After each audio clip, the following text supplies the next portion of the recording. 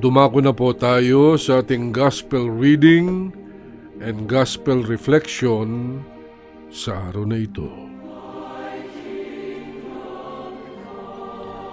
Ang sulat ni Pablo sa mga taga-Pilipos,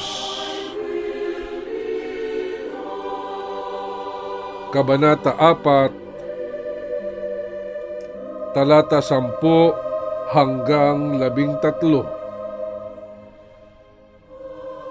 Anong laki ng aking kagalakan sa Panginoon, sapagkat minsan ko pang nadama ang inyong pagmamalasakit sa akin. Pagkaraan ng mahabang panahon, alam kong hindi ninyo ako nalilimutan. Kaya lang, wala kayong pagkakataong matulungan ako. Sinasabi ko ito hindi dahil sa kayo'y hinahanapan ko ng tulong. Natutuhan ko lang masiyahan anuman ng aking kalagayan. Naranasan ko ang maghikahos, naranasan ko rin ang managana. Natutunan ko ng harapin ang anumang katayuan, ang mabusog o magutom, ang kasaganaan o kasalatan. Ang lahat ng ito'y magagawa ko dahil sa lakas na kaloob sa akin ni Kristo. Hallelujah.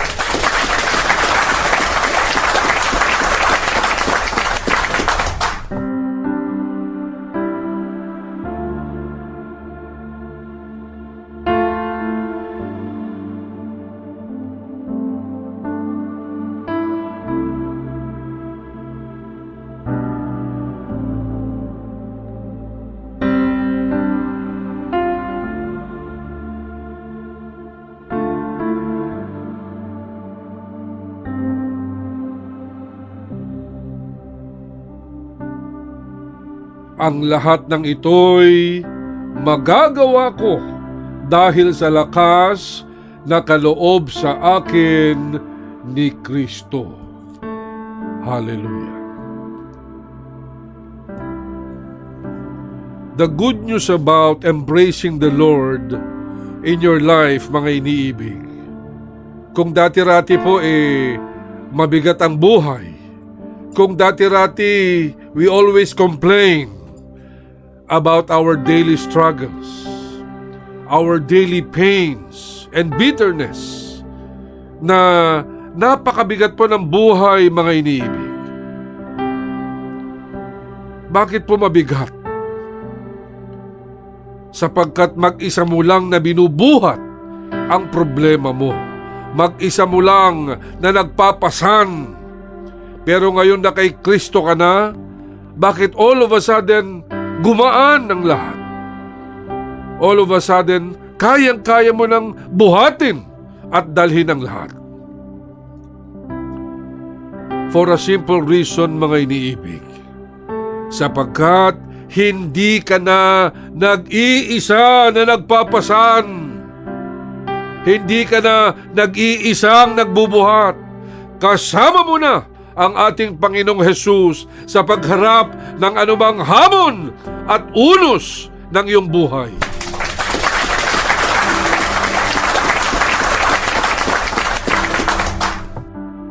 Sa pamamagitan niya, gumagaan na ang lahat.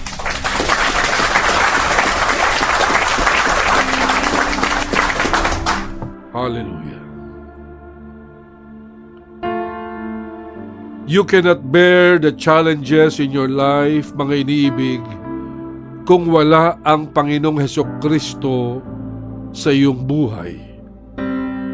Sapagkat hindi mo kakayanin. Kailangan mo ang lakas ni Jesus. Dahil ang lakas mo ay may hangganan. Ang lakas mo ay may katapusan. Manghihina at manghihina ka, iniibig. Pero kung kasama mo ang Diyos, ang lakas na iyong dinadala ay kailanman hindi ka manghihina. Bakit? sapagkat walang katapusan at walang hanggan ang lakas ng Diyos.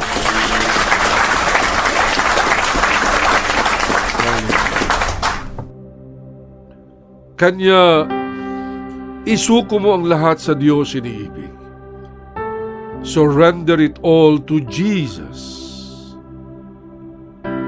And surrendering should go hand in hand with manifesting. Dapat magpartner ang dalawang yan.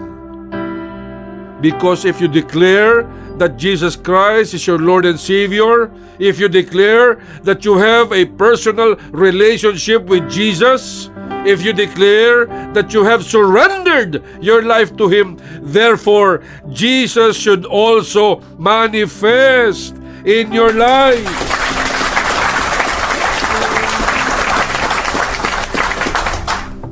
Jesus should manifest in your thoughts. Jesus should manifest in your deeds. And Jesus should manifest in your actions.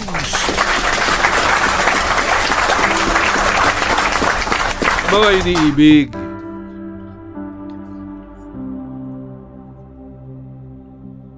kanya your life with Jesus should also mirror your daily life, mga iniibig.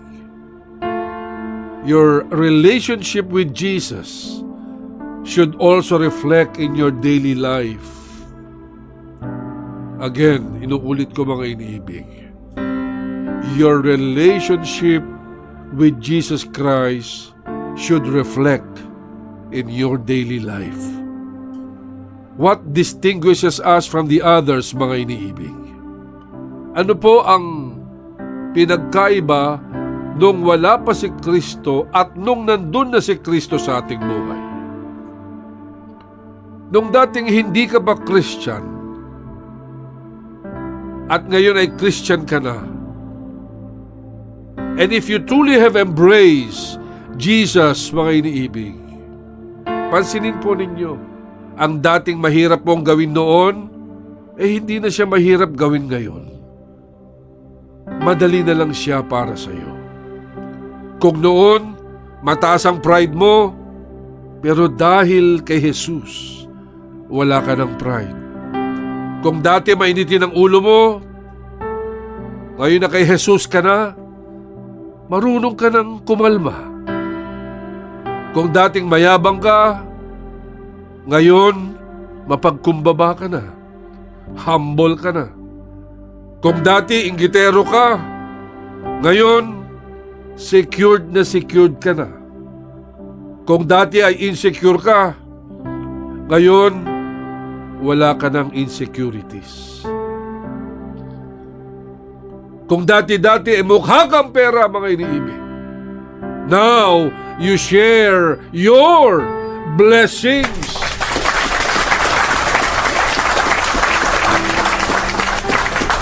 Hallelujah, purihin ang dakilang Diyos na buhay na buhay. Hallelujah. Kaya napakabuti ng Panginoon pag tayo po ay yumayakap na at kasama na natin siya. Di ba dati, kung ikaw ay materyoso o material na bagay ang value mo, ngayon masaya ka na. Kahit simple lang ang buhay. Kung dati lagi ka nagwo-worry, ngayon hindi na. Hindi ka na warrior, kundi isa ka ng warrior. Sapagkat sa puso mo, sa isip mo, si Lord na ang bahala at pinapaubaya mo na sa Kanya ang lahat. Kung dati-dati ay hindi ka nagdarasal, ngayon, lagi-lagi ka nang nananalangin sa Panginoon, mga iniibig.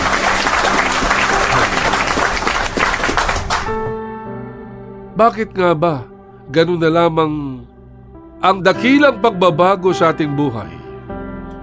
For a simple answer, mga iniibig. Sapagkat isinuko mo na ang dati mong katauhan, ang dati mong buhay, Itinapon mo ng iyong masamang ugali. Inilibing mo ng masama mong pagkatao at binuhay na ng Panginoong Hesus ang bago mong pagkatao, ang bagong ikaw, ang bagong buhay sa Panginoon. Hallelujah. 2 Corinthians chapter 7 verse 17, therefore, if anyone is in Christ, the new creation has come, the old has gone, a new life has begun.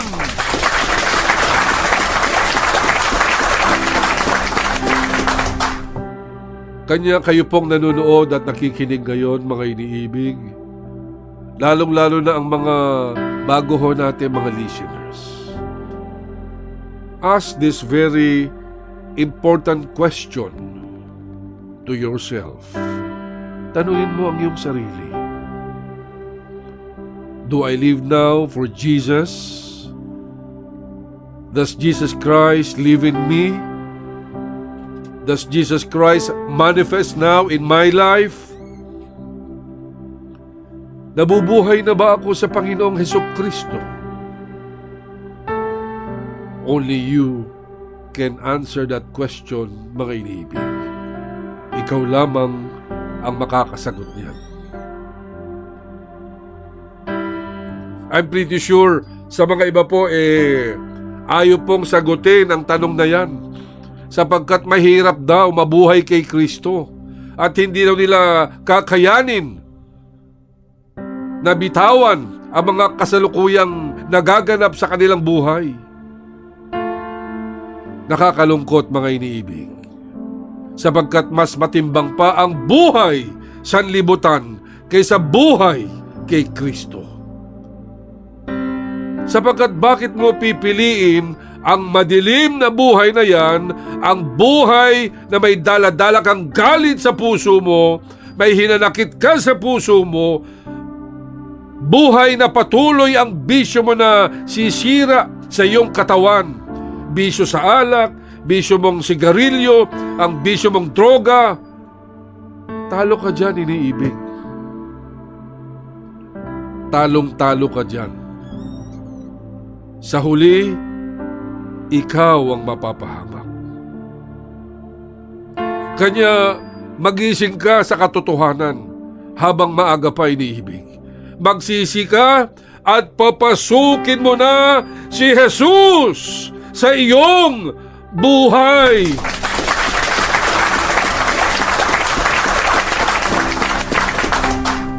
Na dapat fully dependent ka sa Diyos, na lagi-laging nasa isip mo ang Panginoon. Make Jesus very essential part of your life.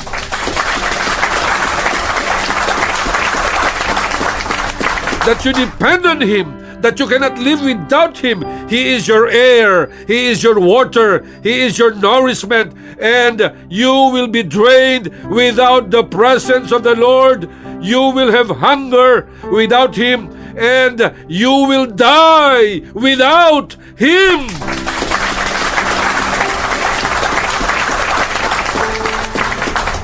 Hallelujah.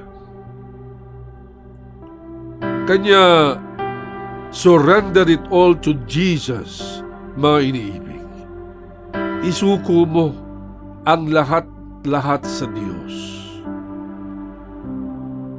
Kanya, kung tayo po ay yayakap sa Diyos, dapat ito po ay buong-buo. Dapat po walang kondisyones. Ito po ay makatotohanan. Ito po ay dakila. Ito po ay totoong-totoo. Hindi po pwedeng 50-50 lang, mga iniibig. Na Christian ka ngayon, bukas, sanlibutan ka na naman. It should be a total commitment, total surrender, total humility, total change, total turnaround, total path to your salvation, total path to Jesus.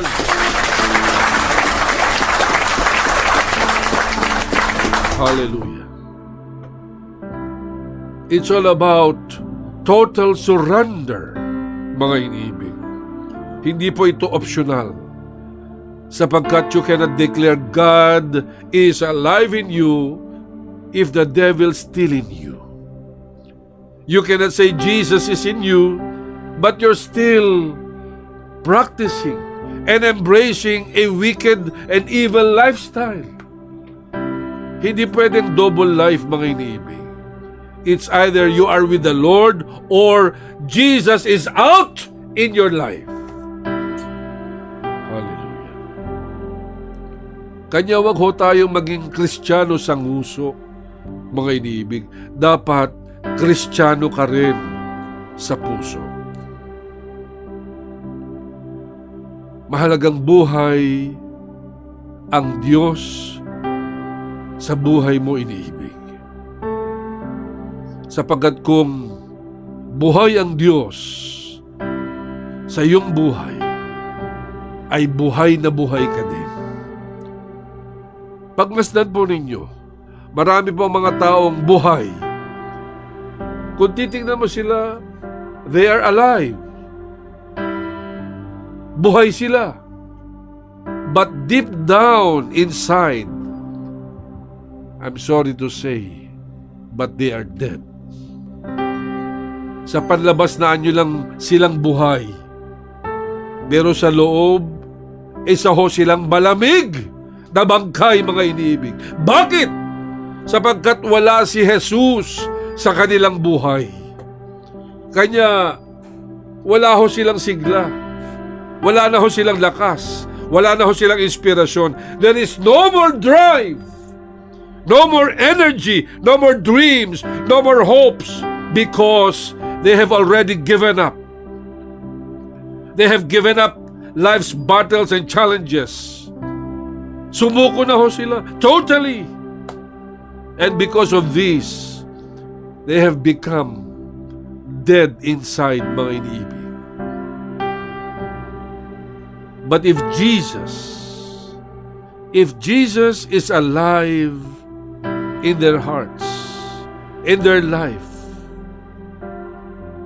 if they embrace Jesus Christ in their life, ang kanilang buhay, ang kanilang isip, ang kanilang espiritu ay magiging buhay na buhay, mga iniibig. Kaya kung gusto mong magkaroon ng buhay, ang iyong life, yakapin mo si Jesus, mga iniibig. Yakapin mo si Jesus. Embrace Jesus. Embrace Jesus. And let Him enter into your life. And I assure you, iniibig, never kang mamamatay sa loob mo. Hindi magiging patay sa iyong kalooban, sa iyong puso, sa iyong isip, sa iyong pagkatao. You are now very alive! You are now very alive every single day, mga iniibig, sapagkat kasama mo na ang ating Panginoong Hesukristo.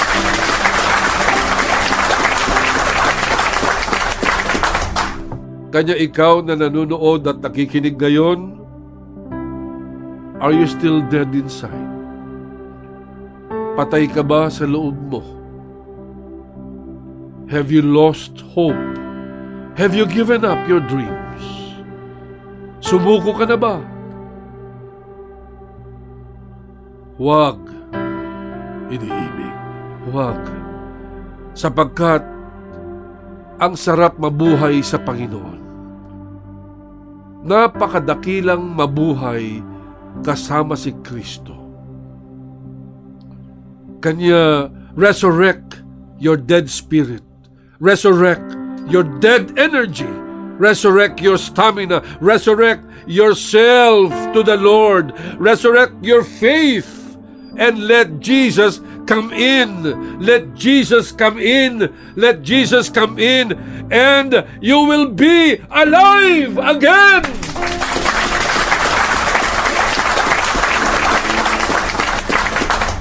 Hallelujah. Again, mga iniibig, surrender it all to Jesus and be alive again. Mahirap pong maging mabuhay sa dilim na wala po ang presensya ng Diyos, na wala ang kanyang gabay, wala ang kanyang pagpapala at biyaya. Napakalungkot ng ganitong buhay, iniibig. Huwag dyan, wala kang kaligtasan dyan. Piliin mo ang Diyos, piliin mo si Kristo, sapagkat sa Kanya lamang manggagaling ang lahat. Ang pagbabago ng iyong buhay, ang pagtagumpay mo, ang kapanatagan mo, ang peace of mind mo, ang pag-ahon mo sa buhay. Siya lamang iniibig ang pwedeng magkaloob niyan sa iyo at wala nang iba. Ano po ang gospel reading natin sa araw na ito? Napakalinaw, mga iniibig. Sa Filipos 4, sa talata 13, ang lahat ng ito'y magagawa ko dahil sa lakas na kaloob sa akin ni Kristo. I can do all things through Christ that gives me strength. Kay Jesus lamang manggagaling. Kanya piliin mo, iniibig. Piliin mo si Jesus. Sa Kanya lamang magkakaroon ng kulay muli ng iyong madilim na buhay. Magkakaroon muli ng liwanag. Magkakaroon muli ng direksyon at kagaanan sa iyong buhay. Choose Jesus, iniibig. Choose Christ. Choose your salvation. And above all, choose your eternal life.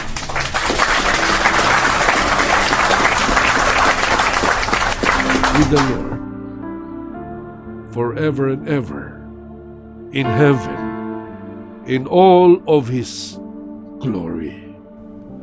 Amen and amen.